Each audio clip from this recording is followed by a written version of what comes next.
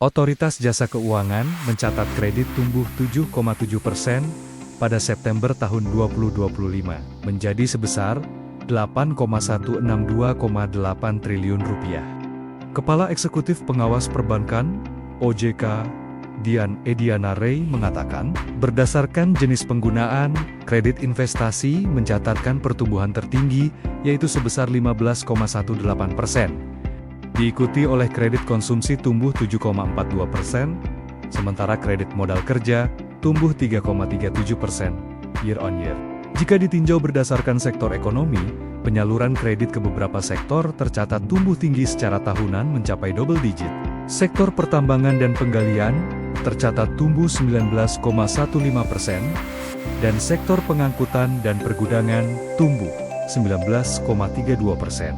Di sisi lain, dana pihak ketiga tercatat tumbuh sebesar 11,81% year on year, menjadi Rp9,69, 5,4 triliun.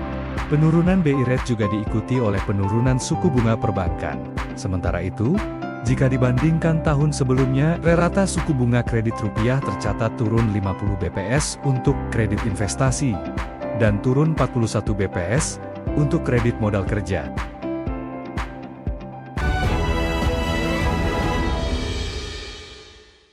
Bank Indonesia melaporkan posisi cadangan devisa Indonesia pada akhir Oktober 2025 tercatat sebesar 149,9 miliar dolar Amerika dan tercatat meningkat dibandingkan posisi akhir September 2025 sebesar 148,7 miliar dolar Amerika. Ya, peningkatan cadangan devisa ini didorong oleh penerbitan global bond.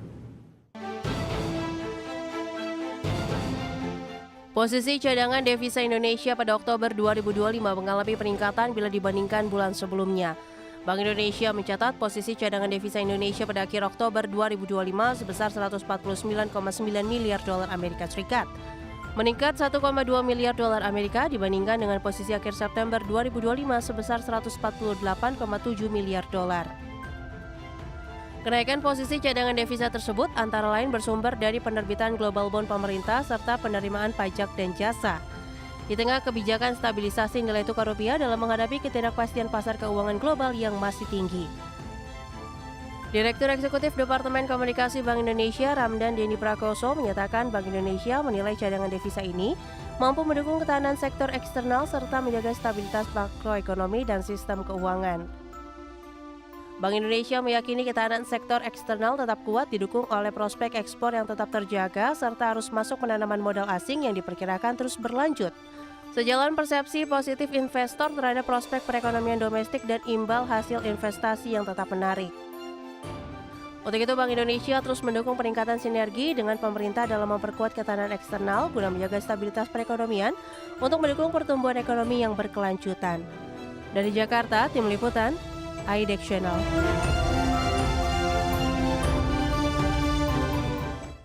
Kantor Wilayah Direktorat Jenderal Bea dan Cukai khusus Kepulauan Riau menggagalkan upaya penyelundupan 281.583 ekor benih lobster di perairan utara Bintan, Kepulauan Riau. Benih lobster bernilai miliaran rupiah itu rencananya akan dikirim secara ilegal ke luar negeri. Aksi kejar-kejaran antara petugas bea dan cukai dengan pelaku penyelundupan lobster terjadi di perairan Bintan, Kepulauan Riau. Kapal cepat yang digunakan para pelaku akhirnya dikandaskan di pulau tak bertuan setelah petugas melepaskan tembakan peringatan. Para pelaku yang diperkirakan 3 orang ini langsung menghilang di balik rimbunan hutan. Saat diperiksa ditemukan 36 box styrofoam yang berisi ratusan ribu benih baby lobster jenis pasir. Kepala Kanwil Bea dan Cukai Kepri, Adang Nugroho Adi mengatakan, ratusan ribu benih baby lobster dibawa dari daerah Pulau Jawa dan hendak diselundupkan ke Malaysia untuk selanjutnya dikirimkan ke Thailand. Maraknya penyelundupan benih baby lobster di perairan Kepri tak terlepas dari letak geografi Kepri yang berdekatan dengan negara tetangga yakni Malaysia dan Singapura. Tingginya nilai beli di luar negeri membuat pelaku melakukan berbagai cara untuk menyelundupkan bibit lobster ke luar negeri. Kita menindak baby lobster ini di perairan utara Bintan. Ini dilakukan penyelundupan oleh high speed crab, personilnya kurang lebih 3 orang. Mereka membawa benih-benih lobster ini ke arah luar negeri dan kita bisa berhasil melakukan penyekatan dan penindakan, namun mereka berhasil mengandaskan dan menghindari pengejaran kita, kemudian pelaku melarikan diri. Tapi kita masih lakukan identifikasi untuk kita lakukan segera pengejaran. Usai diamankan, seluruh barang bukti diserahkan ke Direktorat Jenderal Pengawasan Sumber Daya Kelautan dan Perikanan untuk penanganan lebih lanjut. Adang menegaskan bahwa praktik penyelundupan benih lobster merupakan kejahatan serius yang merugikan negara dan merusak ekosistem laut. Dari Batam, Kepulauan Riau, Gusti Yenosa, IDEX Channel.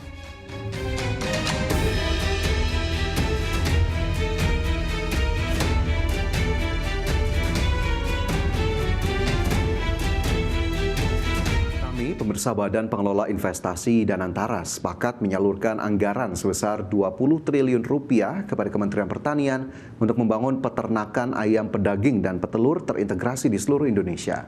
Ya, Menteri Pertanian Andi Amran Sulaiman mengungkapkan pemerintah telah menyiapkan anggaran sebesar 20 triliun rupiah untuk membangun peternakan ayam pedaging dan petelur terintegrasi di seluruh Indonesia.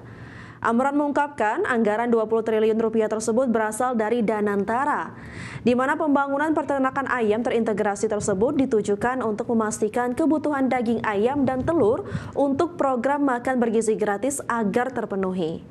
Selain itu, pembangunan peternakan ayam ini juga dilakukan sebagai langkah pemerintah untuk mensejahterakan peternak. Rencananya program ini akan berjalan pada Januari 2026.